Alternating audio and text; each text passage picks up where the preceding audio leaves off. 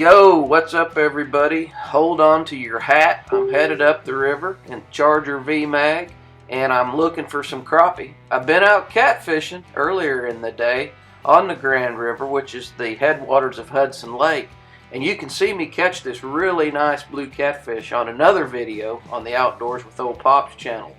But as I'm getting up the river, I am looking for some crappie that I thought were going to be in a feeder stream or a feeder creek, which they typically warm up and stay warmer than the main river channel that comes out of the dam there at the Grand Lake Dam. And as I was heading up into that feeder stream, I looked about a mile and didn't see any shad and didn't see any crappie on any of the brush piles. I've got a bridge up there that I really like to catch crappie around this time of year, and I was catching a ton of crappie around that bridge last year, and no dice this year. There was nothing up in there. So I thought, you know what, I'll head back out into the main river channel and we'll see if we can get us some crappie out there.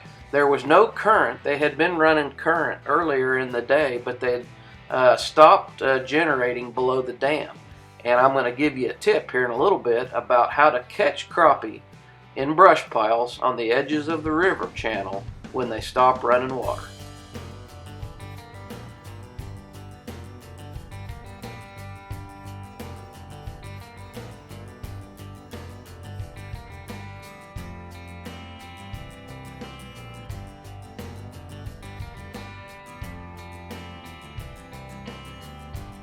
Hey, and I'm not going to pull your chain. Sometimes when you're on a river and they quit generating or they quit running water, the fishing can get ridiculously tough and the fish can get pretty tight-lipped. Hey, down there on my catfish video, I ended up with a bunch of short biting fish as soon as they shut the water off, and these crappie and white bass and everything else will do the same thing.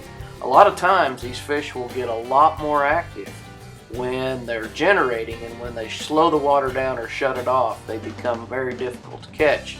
But I've got my Livescope working for me, and I'm going to show you a few tricks here on how I was able to get that jig in those fish's mouth.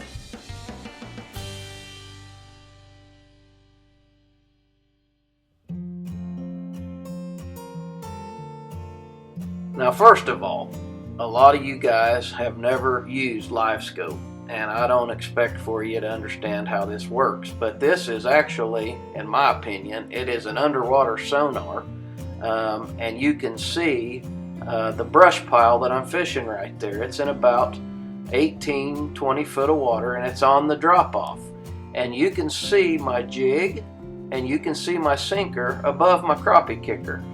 And a lot of times when they slow that water down, those fish become pretty inactive and they go right down and they bury themselves in that brush. And I tell you what, they can be really hard to get, so you need to slow your presentation way down, and you need to try to draw those fish out of those brush piles by hovering that bait right up on top of them and holding it dead still.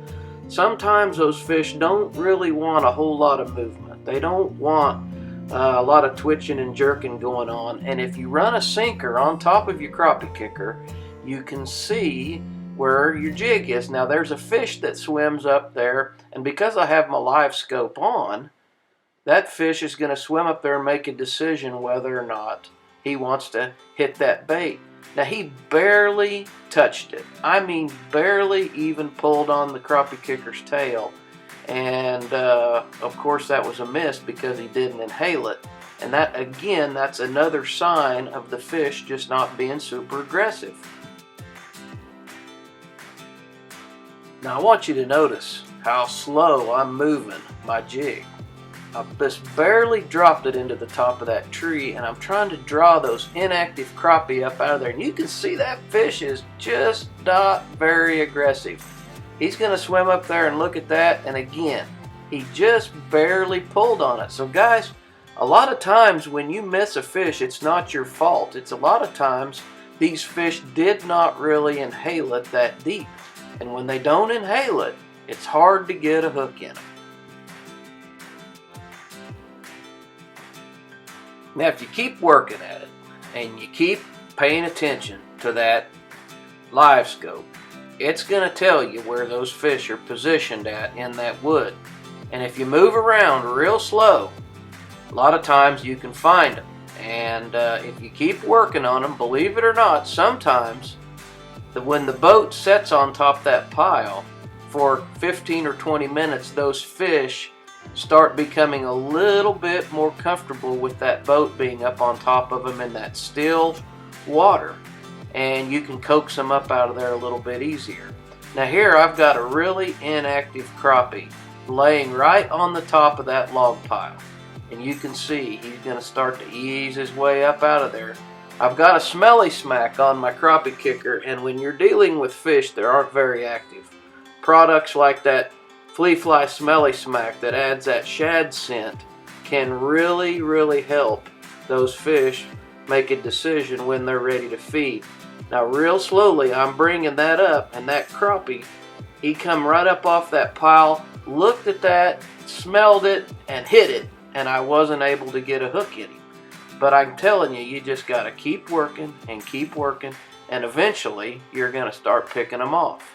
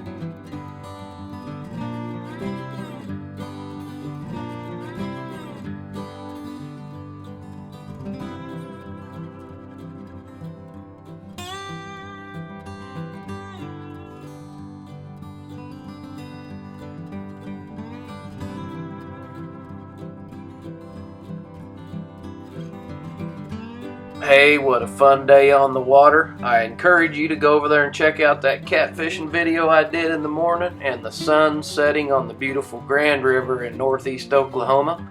I'm pointing that Charger VMAG west toward the boat ramp, and I'm headed in. I tell you what, I absolutely love Oklahoma, and if you have a chance to come fish here, I really hope that you take advantage of it sometime. I hope these tips help you catch more fish when you're out on the water, and if you enjoy the videos Outdoor with Ole Pops, please share and subscribe, as we have a new channel and we're trying to build our audience. Thanks for watching, and good luck out there.